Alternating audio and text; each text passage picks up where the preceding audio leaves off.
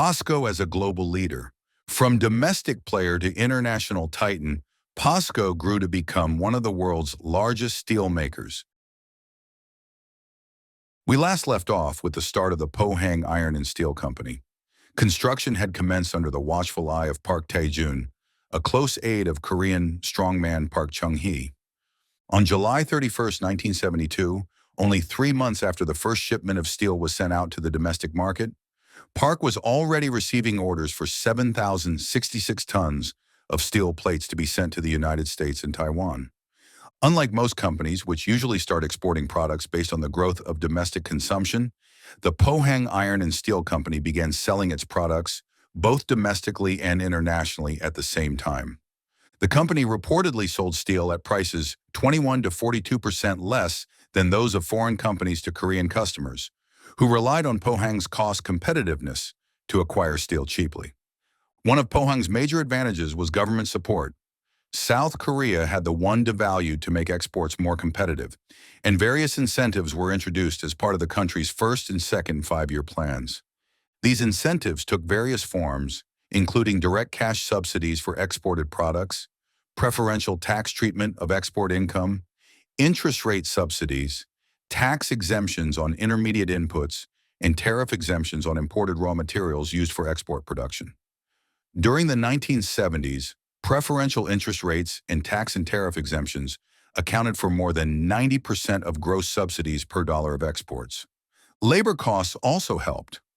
Real wage growth in South Korea lagged behind productivity, and the government was partially responsible for this. Studies show that the Park administration engaged in various tactics such as legal restrictions on unions. They also threatened employers by suggesting they would cut off subsidies if wages grew too high. Growth limits would be set by the Economic Planning Board, EPB, and directly tied to inflation and productivity growth. This was all a sacrifice to ensure the success of Korea's manufacturing sector, and succeed it did. Before 1960, exports had stayed around the level of $20 million, about 1% of GDP. By the end of the decade, exports had risen to more than 10% of GDP. Perhaps even more surprising was the composition of these exports, which saw manufactured products rise to no less than 77% of the total by 1969. The rise in the manufacturing base fueled domestic demand for steel, and Pohang was perfectly positioned to take advantage of this, accounting for 55% of the nation's steel supply. As the company expanded, it invested its profits into larger facilities and imported steel technologies from overseas. The original Pohang site underwent a Phase 2 expansion that finished in 1976, and just a few months later, construction began on a Phase 3 expansion. In the 1970s, Japanese techniques like oxygen-enriched blast furnaces and the continuous casting of rimmed steel were introduced. These allowed the company to produce larger quantities of steel at more competitive prices, generating more profits that were then reinvested back into the business. The two oil crises in 1973 and 1978 nearly killed the business. The rise in oil was accompanied by an increase in coal prices, and Korean industry was rocked. Faced with this crisis, management shifted strategy from simple commodity imports to actively securing and developing these resources from overseas.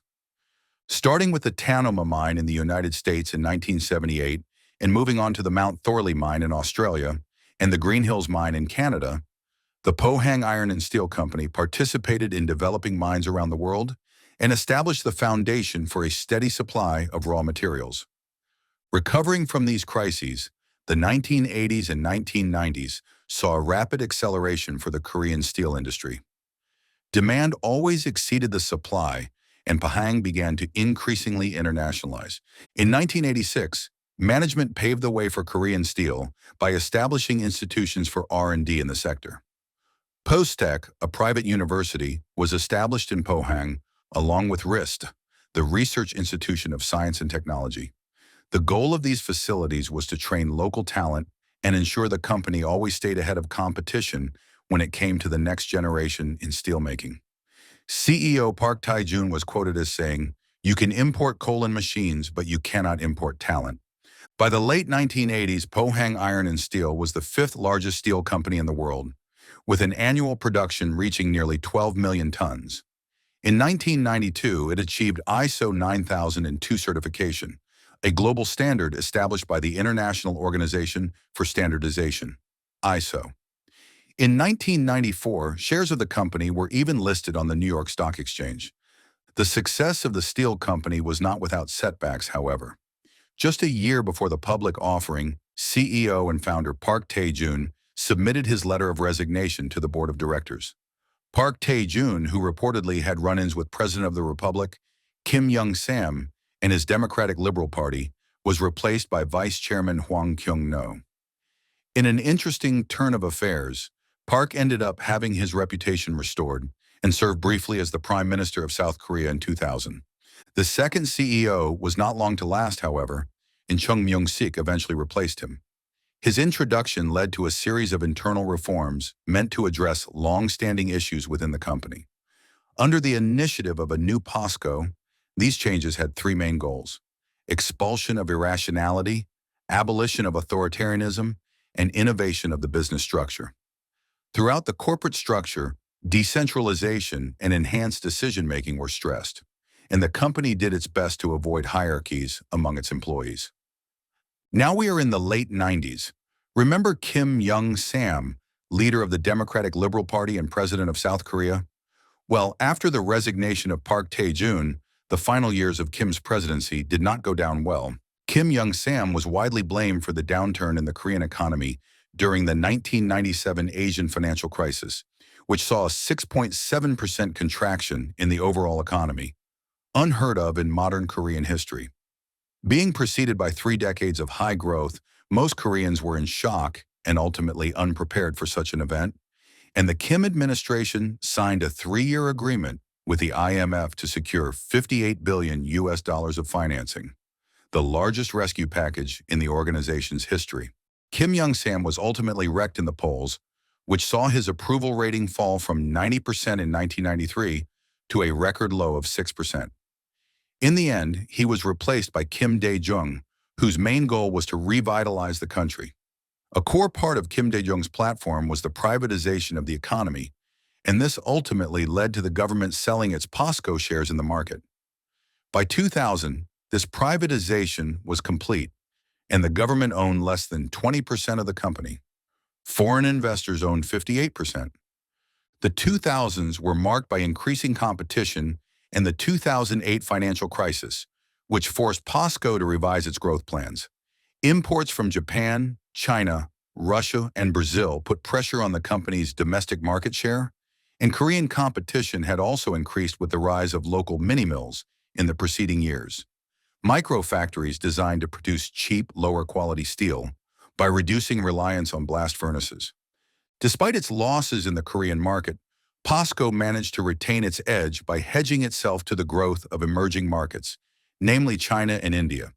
With investment into these two countries, POSCO continued delivering on sales and earnings targets. It even saw Warren Buffett purchase a 4% stake in the company, a clear sign of confidence. The firm branched out to other areas in an attempt to diversify and spur further growth. Besides its core steel products, POSCO also took on the production of cathodes and anodes for EV batteries, power plants, lithium hydroxide, LNG terminals, and a variety of construction and engineering work. It integrates these various businesses within the company to establish synergies, seeing each subsidiary as a member of a family.